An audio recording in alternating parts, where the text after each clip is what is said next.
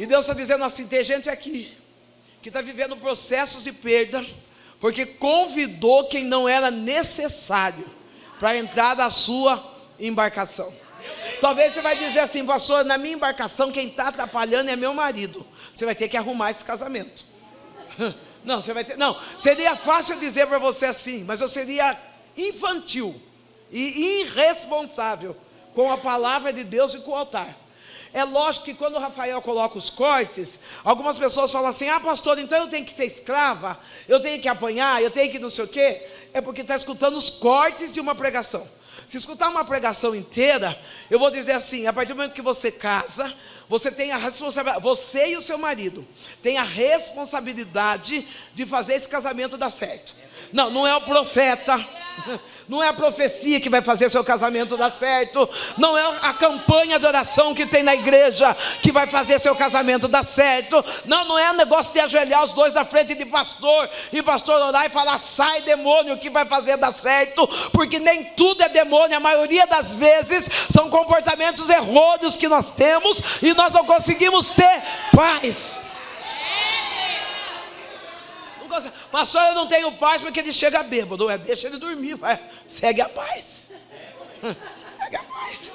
Vai entrar na guerra para quê? Para perder sua paz? Não, bêbado é fácil de lidar. Eu tive um pai bêbado, um pai que chegava fazendo xixi por toda a casa, fazia cocô dentro da panela. Eu nunca tirou minha paz, eu amo meu pai. Ele nunca morreu, e ele sabe, se eu tiver um encontro, não, se eu tiver não, eu vou ter um encontro com ele porque ele está na glória. Deus é tão bom que salvou ele. E quando eu chegar na glória, ele vai ver que não tem nenhuma raiz de amargura dentro do meu coração. Esse tema é falando, curando as feridas da alma. Porque para seguir a paz com todos, você não pode ter mágoa de ninguém.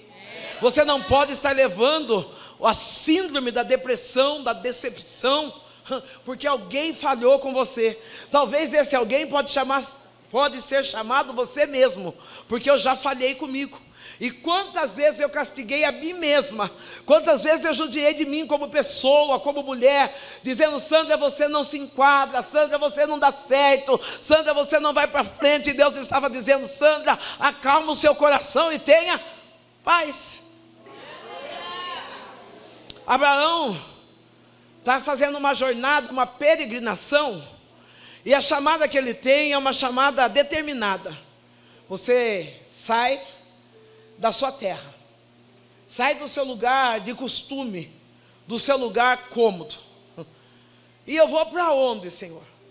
Você vai para o lugar que eu ainda vou te mostrar.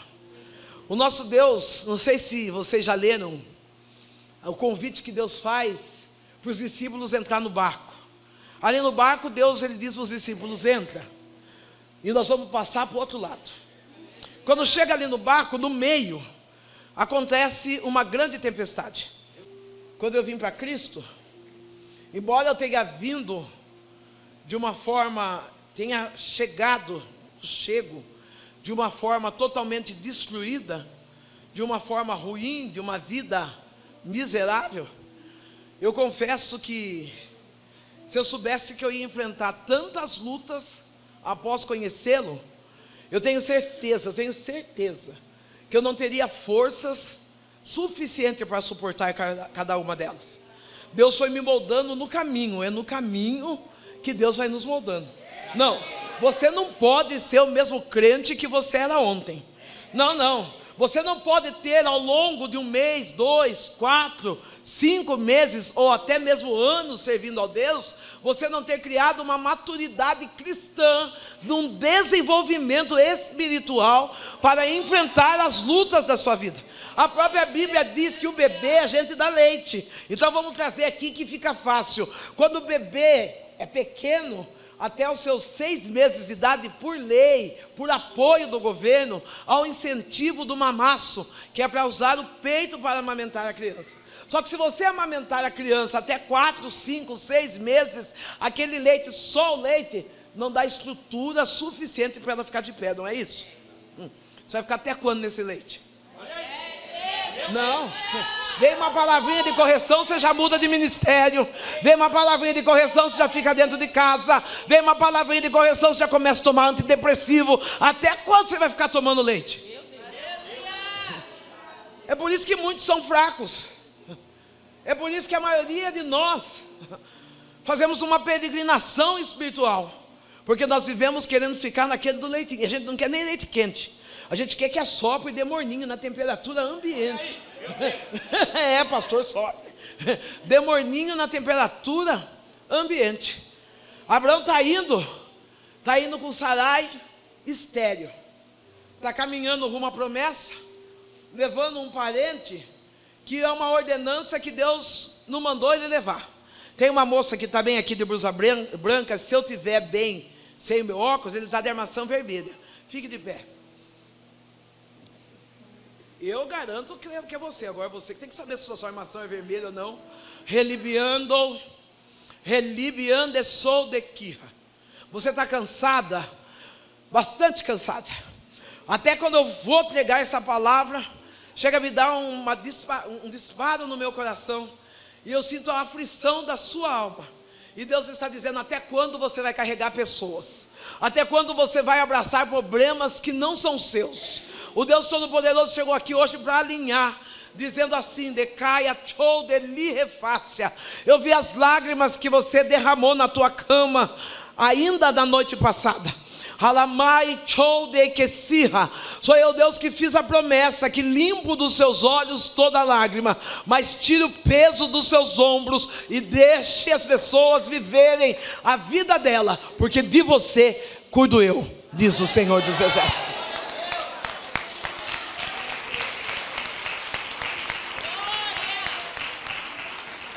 Abraão está seguindo os servos de Abraão, juntamente com os servos de Ló, eles começam a ter uma discussão.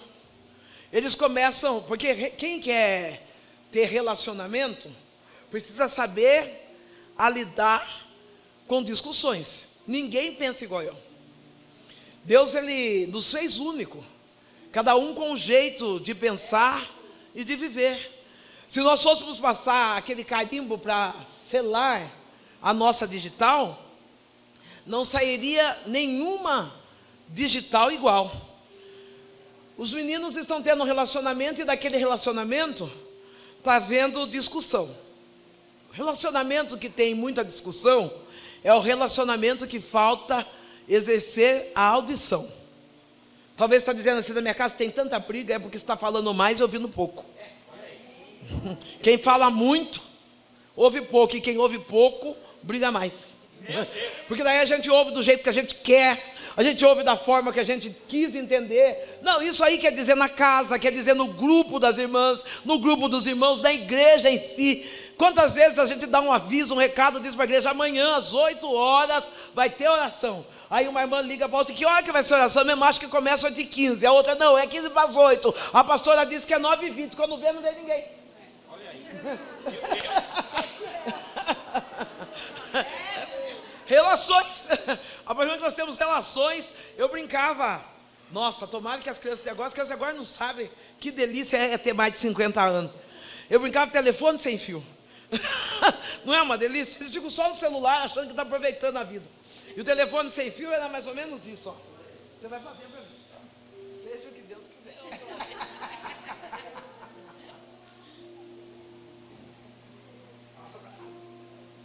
Vai passar, vamos ver aqui. Enquanto eu vou pregando, vamos ver que jeito que vai chegar aqui no pastor. Enquanto eu vou pregando, vamos ver. E eu fiz uma palavra fácil. Vai passando para ela e deixa. Enquanto eles estão tendo discussão, os líderes, eles começam a tomar as dores dos seus, eles começam a tomar as dores dos seus serviçais. Essa palavra eu quero deixar para os líderes que estão aqui. Nunca se envolva das dores de obreiros. Você é líder, sobe o nível. Não, tem muitos pastores que estão perdendo a liderança, porque diz assim, ai não, a minha regente. Não, você não tem regente nenhuma. A regente é de Cristo. Você não tem pastor nenhum, o pastor é de Cristo. Você não tem músico nenhum, o músico é de Cristo. Pare de tomar as dores dos seus obreiros. Não, eu vejo o pastor sair de te dando satisfação com o marido de um, dizendo, não, porque você brigou com a minha filha, ela é membro da minha igreja, e daí? Ela é membro da sua igreja, mas ela não é sua, ela que escolheu casar com ele.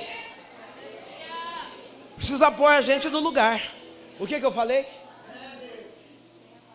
Não estraga o telefone sem fio, filha. É ela que era a última. Mas é então, por isso que é para deixar aqui o telefone sem fio não acontecer, é isso que eu queria ilustrar. Que no telefone sem fio, acontece isso. A gente começa a falar, chega alguém não desfazendo da pastora, mas o telefone sem fio, é isso, vai saber como chegavam as notícias no ouvido de Abraão e Ló. As discussões talvez estavam até equilibradas, mas vinha aquele telefone sem fio, aquele que não sabe a história. Não, na sua casa não tem um telefone sem fio?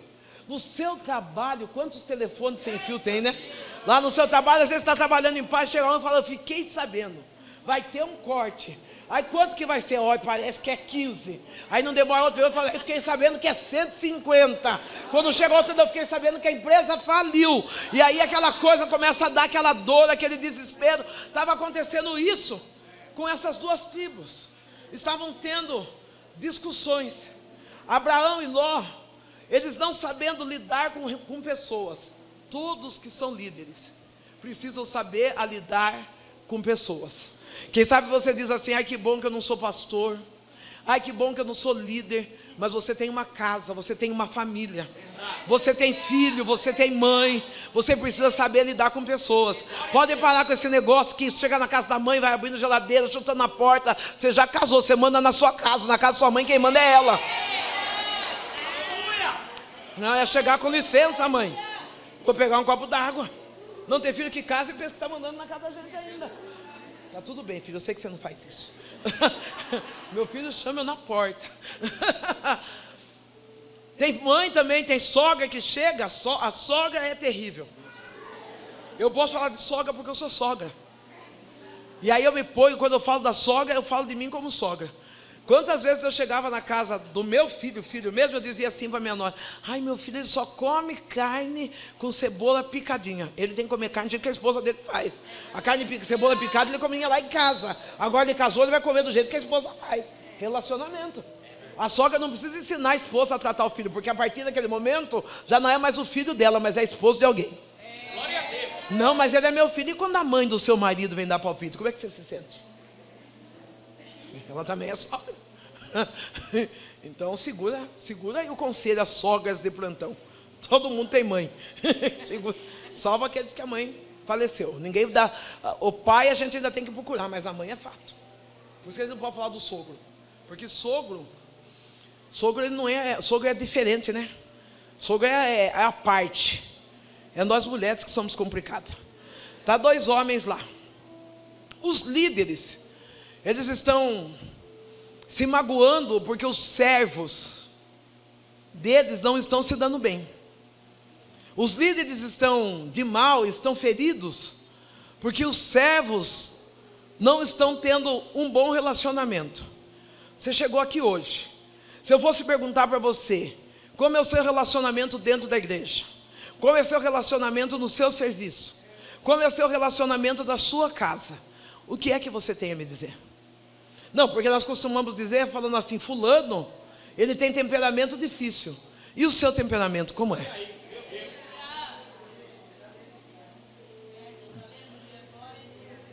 Eu não gosto. Agora eu posso falar, eu não gosto. Até que enfim. Eu não gosto de comida japonesa. Agora eu posso dizer com propriedade. Por quê, pastor? Porque até então eu não tinha comido. Agora eu comi, eu sei que eu não gosto. Se você for levar na sua casa para comer comida japonesa, você já sabe que eu não gosto. Diga a pastora Sandra. Diga a pastora Sandra. Ela não gosta de comida japonesa. Eu gosto de yakisoba.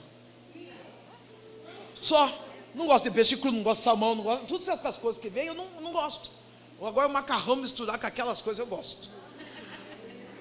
O que eu quis dizer? Ficou fácil o relacionamento. Porque se eu falo para vocês assim, eu não gosto de comida japonesa. Quando eu chegar na casa de vocês, eu não vou ter o prazer de comer a yakisoba maravilhosa que você faz. Porque eu só disse assim, eu não gosto. Vê como a falta de comunicação faz a gente perder a razão? Verdade. É simples assim, né?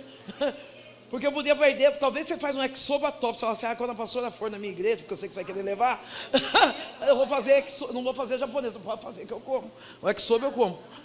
Aprenda a ter diálogos. Abraão, embora ele esteja no lugar errado, Ló, embora esteja na promessa de Abraão, a confusão só dá porque começou a ter leva e trás. O mesmo que leva é o mesmo que traz. Não sei se você percebeu. Aquela mesma irmã que chega e fala, eu não sei se você ficou sabendo. É a mesma que vai levar para o outro dizendo, eu falei com fulano, e fulano falou que já estava sabendo. Eles estavam tendo atritos tão grandes, que estavam afetando a liderança. Eu não sei porquê, mas hoje Deus está, eu estou tentando fugir disso, mas Deus está falando no meu coração, fale com a liderança.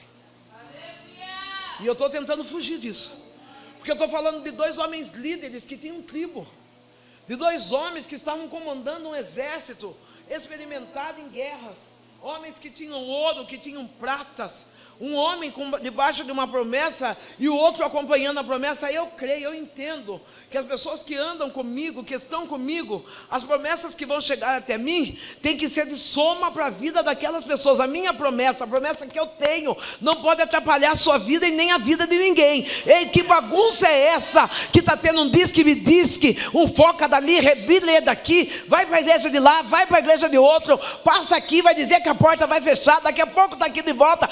Se ponha no seu lugar, Ló.